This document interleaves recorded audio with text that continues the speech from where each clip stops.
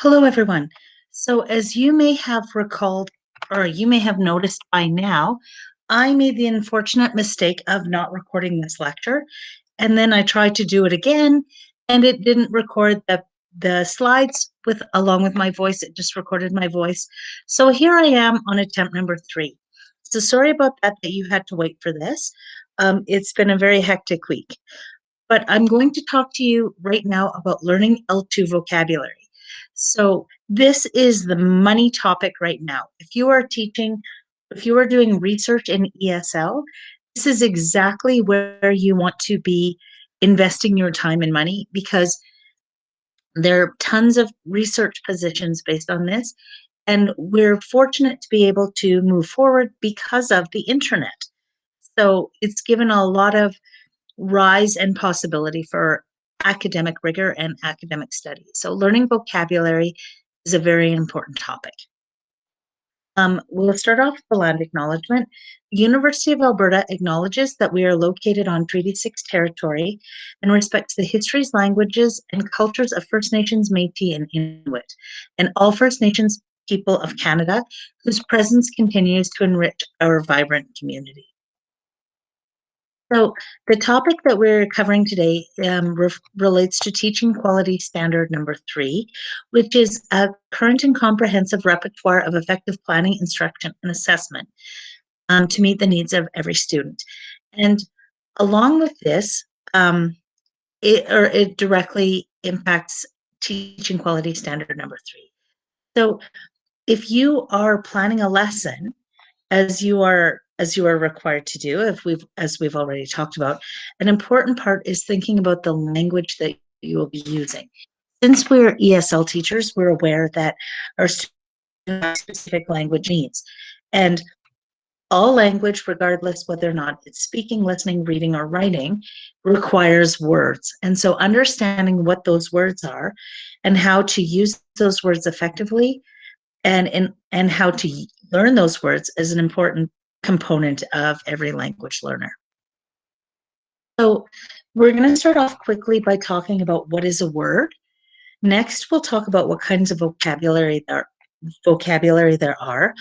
Then we'll talk about how students learn vocabulary and how you should teach vocabulary. And then finally, how do you assess vocabulary learning? So 4 important topics. So the first one is, if I ask you to define what is a word, it's one of those concepts that it's like, what does the word done mean? It's really hard to think about an actual definition. It's so ubiquitous in what we say that we don't really know what a word is. But if we think about it, learning a word actually has multiple functions. And this is essential because a word will have a meaning that's associated with it. It will have a phonology. So there's a way that you pronounce that word. So as we um, a word will also have a spelling that goes along with that phonology, which may or may not match, which leads to the orthographic depth hypothesis in English. It has collocations. When is it appropriate to use that word, and when is it not appropriate to use that word? It will have a grammar that goes with it. Is it a noun, a verb, an adjective, an adverb, a function word? Is it an article? Is it a preposition? All of those grammatical pieces of the word make a difference. What is its usage? When and how often do we use that word? And not a lemma. A lemma is a category of word. So if you're trying to define a word like, for instance, get, is get the same as gets? And is gets the same as got? And that might be easier for something like run, um, um, decide, decides, decided, but it might be not the same for am, is, are, was, have, and things like that. So certain words we have to decide, do they go together or do you need to learn those things separately? That part isn't as important. A lemma isn't as important for you as an ESL teacher as it is for a linguist who studies words. And so if you think about this, um, if you are taking classes in the linguistics department, where most of the people subscribe to universal grammar, um, they will talk about how people are able to create novel sentences with words. You are a connectionist like I am. You're thinking about all of these parts of a word, and you realize that all of these parts of a word occur in different stages in different regions of your brain, and they're all interconnected. So for instance, if you have the meaning of the word cat, your definition or mental picture of a word cat will be the same in one region as another region, as in English as it would be in French. But the phonology of English and the phonology of French would kind of be located in two different pieces. So it's not like your English words are here, your French words are here. It's parts of your English word are the same, and parts of your French word are the same, but other parts are different. And they're all stored in different regions of your brain. So my theory fits probably more in line with brain theory than um, what you'll find in the linguistics department. Okay. So when we think about vocabulary, now that we've talked about what a word is and we know there's all of those pieces to a word, you need to know that vocabulary is divided into roughly four main categories. And each category has to be taught in a special way.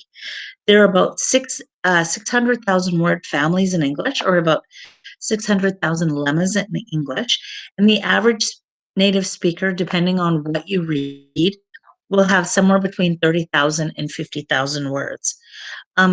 And of course, those change throughout your life. When you are in elementary school, probably from about the time you're 3 years old until you're 12 years old, you learn on average 10 novel words a day. So that's an alarming rate of speed for vocabulary. So um, the question then becomes, how do you catch up? And we've talked a lot in this class about an ESL learner is constantly chasing a moving target. Well, an ESL learner who's learning 10 words a day over the course of a week might have learned 100 new words. So an ESL learner has to learn not only that 100 words a week that a native speaker has learned, but they also have to learn all of the hundreds of words in all of the weeks before that learner has learned. So again, it's a moving target. But when we talk about, so essentially, let me take a breath here. So essentially, we have four different groups of words that we slot things into. The first are high frequency vocabulary. So when we talk about BICS, basic interpersonal communication skills, students who have BICS will definitely have these high frequency words. And it says here there's about 2,800, but if you know those 2,800, you have copied approximately 85% of all of the words of any textbook. Okay. And these words can be found on something called the General Service List or the New General Service List. If you Google General Service List, you will find these words. And when you go over these words, it makes perfect sense to teach these students these words. They will cover things like television, ball, balloon, banana, all of those kinds of average things that you see in the general vicinity. The, can, is, of, are, all of those kinds of things would be considered high frequency vocabulary. Building, things like that. Then you get to subject specific vocabulary. So if you're teaching math, there are certain math words that you need to know in order to do math. Okay. So for instance, I'm teaching grade 2 right now. So I have a list of subject specific vocabulary for math. I have to teach pattern, patterning, increasing pattern, decreasing pattern, chart, um, unknown, because when you get into patterning in grade 2 and grade 3, you start moving into equivalency. So the students have to learn these math specific words if they're really going to master those math specific contexts. So it is quite possible as an adult, I'm not going to use those. I'm only going to use those if I'm talking about math. So first you have the most common words, then you have the words that are specific to that discipline that you're studying. Now, the high frequency vocabulary, we know what those words are, and this is where the money is if you are a linguist. We will take thousands and thousands of texts, and we will run them through a computer, and the computer will count exactly how many times each of those words is said. We will know, like, for instance, any single book on average in the whole English language, you pick up a random book, you feed the whole entire book through a computer, you make it count all of the words. The word the, counts for about 7% of any English textbook or any English newspaper or any English novel. The word the is just so common. It's 7% of the English language. I think after the word the is the word is, and that covers about three, it could be R. I can't remember if it's is or R. That covers about 3% of every English textbook. And then after that, the words, they go down a slope. So they start off with really high frequency and then they go to low frequency quite quickly. So we know high frequency vocabulary. We know because we count those words through a computer program that we call, and we make a list of them and we call that Corbra. So somebody made a wise decision and they decided that they were going to do the same thing specifically for academic textbooks. So they went and they collected all of the university, first year university textbooks, second year university textbooks in a multitude of disciplines. So in geography, in fine arts, in social sciences, in first year law, in biology, all of the first year textbooks. They ran all of those books through a computer. They removed all of the high frequency vocabulary, and then they looked for words that were common in academic study across disciplines. And they would find words like compare, contrast, analyze. Um, so they weren't specific to a discipline, but they were specific to academic study. So these would be very high needs kelp words. So many university students, first year university students who are native speakers would know most of them. They might not know all of them. So these words are also very specific and useful to teach because if you can learn those 570 words, that's going to increase your ability to read a textbook up to about 93%. So if you're thinking we have 600,000 words in English, how can students really be successful? That it sounds overwhelming. But if you think, okay, I need to teach 3,000 really common words, I need to teach 570 academic words. So now we're at roughly 4,000 words.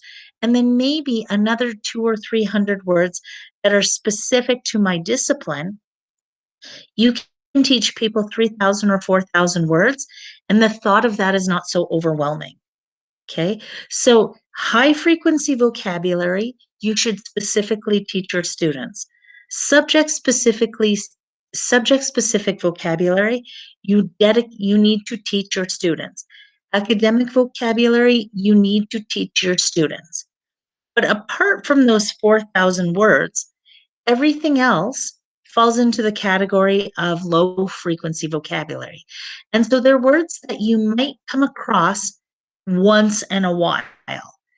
And so if you're coming across that once in a while, you don't teach those students those words. It's not worth your time and effort to teach students the remaining 590,000 English words. What you need to do is to teach your students the ability to guess what those low frequency words are. So again, high frequency you teach, subject specific you teach, academic vocabulary you teach, and low frequency vocabulary you teach strategies to guess what those words mean. And again, a recap, High frequency vocabulary, you go and you Google um, general service list, subject specific vocabulary. You would teach in the name of the subject you were teaching. You might go in and you might teach math vocabulary. And for instance, Edmonton Public has a list of these are the math words you need to teach in kindergarten. These are the math words you need for grade 5. These are the math words you need for grade 9. It's already been done. Somebody's already gone and counted that. So you just type in math vocabulary grade 6 and you would get a list. Seriously, Google it, you will find it. Academic vocabulary, there's a website there, but again, if you type in academic word list, you will find vocabulary lists, you will find textbooks, you will find worksheets. There's a whole industry that's built for teaching academic vocabulary. And then low frequency vocabulary, again, those are strategies that you have to come up with. They're not on a specific list. Okay. So from the benchmarks, I just want to point out here, if you're a beginning level student, you are looking at utility words, descriptive words, and subject specific words, right? So you're looking specifically at those basic 5,000 most common frequently used words. Okay. So you'd be learning words like house and chair and, dancing and jumping, those kinds of words that are so common, you would find them like in an elementary learning how to read book. Um, if you will, if you read that list, you will get a very quick sense of how common that word is. And if I tell you, if you've read through the list more than twice, you get a very good sense of what those words are. As you move into developing, you're looking at more descriptive words and subject specific words, and you're learning how to gather those. And it says academic words, but the words on the academic word list probably would not fall necessarily under level 2, especially not in elementary school. They would be more high school words. But as you can see, the numbers go up by categories quite quickly. By the time you get into extending, you've got a vocabulary that's on par with a native speaker. Okay. Um, there are tons of tools online for locating vocabulary items. So this one here, this one comes from this website right here, www.er-central.com.ogte. Oops, sorry. I went ahead there. This right?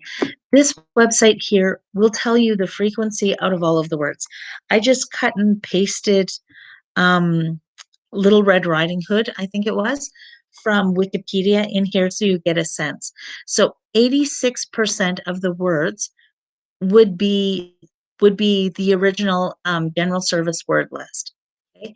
And most of them would be general service word list kind of number 2. So they would fall under the 300 word range. And then approximately 2% of those words are out of that list that they would be too high. So if you're looking at proper nouns and ignored words, that would lead you, if you just knew the general service word lists, you would be able to understand easily 87% of this text. You would know 87% of the words. So again, knowing those general service word lists is incredibly helpful. Okay. So now becomes the question of how do students learn vocabulary? And there's some theories that go along with this, and obviously it depends on which part of the words that you're learning. But the first thing is students have to notice that there's a word that they've come into contact with that they don't know. They have to pay attention to it. And then once they have noticed that word, they have to have multiple exposures to that word so they get that word in context. And so it's this question of first I notice the word, I'm exposed to it, I notice it, and then I see it a lot and I repeat it a lot. And eventually it comes into my vocabulary. And over time, they get strengthened within the neural pathways of my brain. So I've got a perfect example for this. When I was studying Japanese, I had a private Japanese tutor who I would go see every week. And she eventually, one week, was teaching me the words for today, tomorrow, and yesterday. And so, and again, this week, next week, and last week, she was teaching me that vocabulary. And so I asked her at the end of the lesson, what does Raishu mean? And she said, Trudy, how do you not know? And I said, I don't know. And she said, every week I see you, I say, Mata Raishu, which means see you next week. And so although I had plenty of exposure to that word, I never noticed it. And because I never noticed it, it didn't build the neural pathways in my brain. Once she pointed out to me, Mataraishi means see you next week, then everywhere I looked, I found that word in the ephemera. I would walk down the street and I would see next week we have a sale. Next week we're doing this. So you have exposure to the word, you see it, you notice that word, and then you get repetition. If you've studied Japanese and you study characters, you'll notice all of the characters look exactly the same. They all look like a bunch of scribbles. Then as you start to learn some of those symbols, you will see those symbols everywhere. You didn't even know that that symbol was so common within the environment. And then you see it and it repeats and it becomes stronger. Okay. So for high frequency vocabulary, it is best to teach these words in context. So with my FSL students this week, I told you I teach immersion and I also teach FSL in my school. Rather than give the kids a list of words for food, I taught the kids sentences using the words that they were learning. So instead of teaching the words, having the kids memorize the words um, apple, banana, pear, mango, whatever, had the kids say, les personnes mangent la salade aux fruits, and had them guess what all of the words in that sentence means. They were able to look at the words and piece them together. Okay. So because they're learning the words in the context of a sentence, those words stick in better than words that are in lists. Okay. Avoid teaching words that can be easily confused. So, for example, the words today, tomorrow, and yesterday can be easily confused when you're learning a language. My Japanese teacher taught me all of those words at the same time. And to this day, when I get tired and I'm speaking Japanese, I'll still say things like, tomorrow I went to the store, because those words are compounded similarly in my head. Certain neural pathways are stronger than other ones, or they all kind of have similar neural pathways, and I get confused as to which one I'm going to study. So rather than have to unlearn something, try and teach it so that you get one thing down right, and then you move on to the next one, especially if those things are easily confused. And that is similar for words that are similar sounding. So if you don't teach bit and bait at the same time, or ship and sheep, because those words are easily confused through pronunciation, students will they'll have to unlearn things. It's much easier to learn it right the first time than to learn it and unlearn it. Okay. So again, avoid teaching semantic word lists like Monday, Tuesday, Wednesday, Thursday, or today, tomorrow, or opposites, big and small. If you teach those words together, then students have to tease out which one means which, depending on the context, and it's much harder. It's preferable that you will teach something like big. The Leaning Tower of Pisa is big. The Leaning Tower of Pisa is in Italy. The Eiffel Tower is big. The Eiffel Tower is in France. The CN Tower is big. The CN Tower is in Toronto. It's much better to teach that than the Eiffel Tower is big. My keychain for the Eiffel Tower is small, because then the students will confuse those in their head. The neural pathways aren't as strong. So teach Teach semantic words separately. It's helpful to use flashcards to build noticing. So if students start practicing certain words and they have flashcards and they just look at them for 5 minutes at a time every day, they've built in that noticing.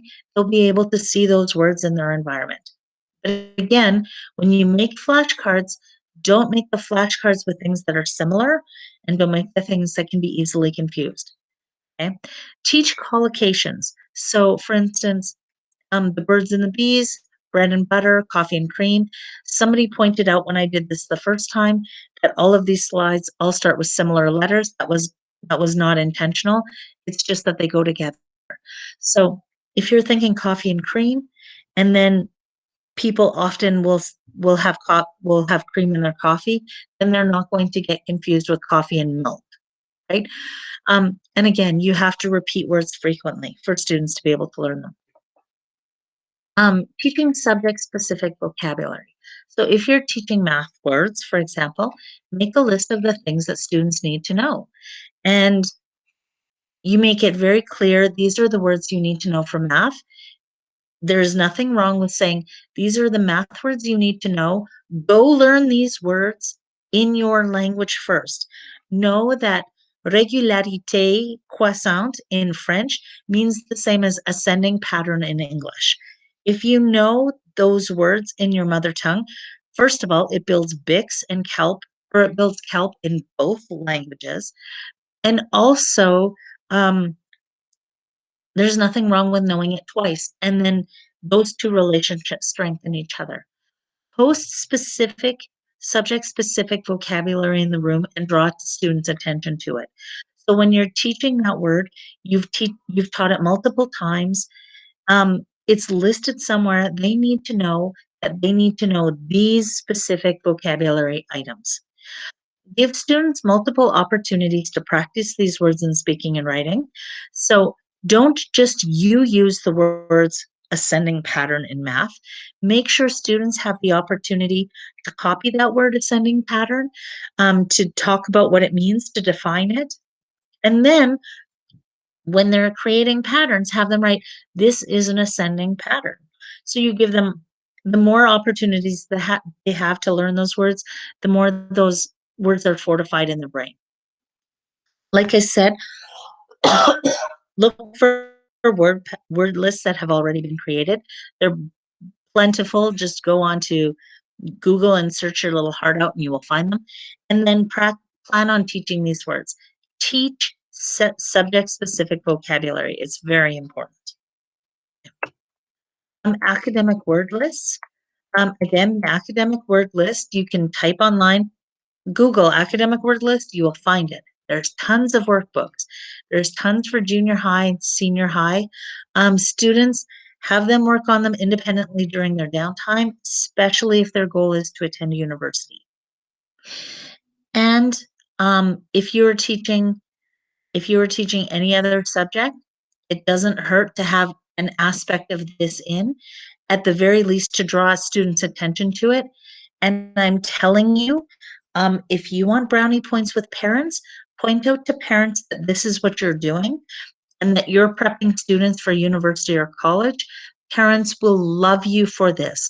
This is teaching study skills, and it will make you a very popular teacher.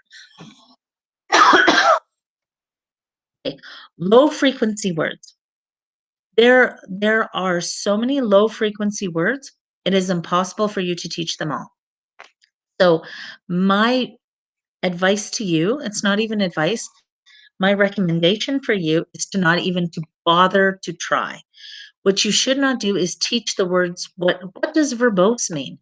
That is not helpful to students because they will come across the word verbose maybe once or twice in a novel. And it's not enough, they won't hear it enough to make the effort to learn that word and to define that word helpful. Is very helpful is to look at strategies for guessing that word. Now, if I have the word verbose here, for once, her usually verbose husband was happy to listen. I can make guesses at what that means, but I don't just guess randomly Does it mean pretty? For once, her usually pretty husband was happy to listen. That sentence could make sense, right? But that isn't what verbose means. I'm looking strategically for how to guess. And so I might have to look at this word. What part of speech is it? So verbose husband, here it's working as an adjective. Okay. Are there other words that give clues to what it's meaning? So we have the word for once, and then we put happy to listen. And so for one's happy to listen probably implies a contrast. So for both would be the opposite of happy to listen based on how that sentence is structured. Are there other words that give clues to the meaning? Again, happy to listen and for once implies that there's a contrast. But do we need to even know this word in order to continue reading? So for once her husband was happy to listen. That sentence makes absolutely as much sense without the word verbose in it. So I could actually just avoid that word if I needed to. And so usually you need to know a noun and a verb in order to understand the sentence. But you can eliminate the adjective and the adverb. You don't need to understand them in order to be able to understand the whole entire sentence. So if you know your grammar, it's helpful for you to be able to guess the frequency or to guess the meaning of words or infer the meaning of words. So, how do you assess vocabulary knowledge? There are millions of online tests that will help you to do that. I'd also like you to look for readability tools.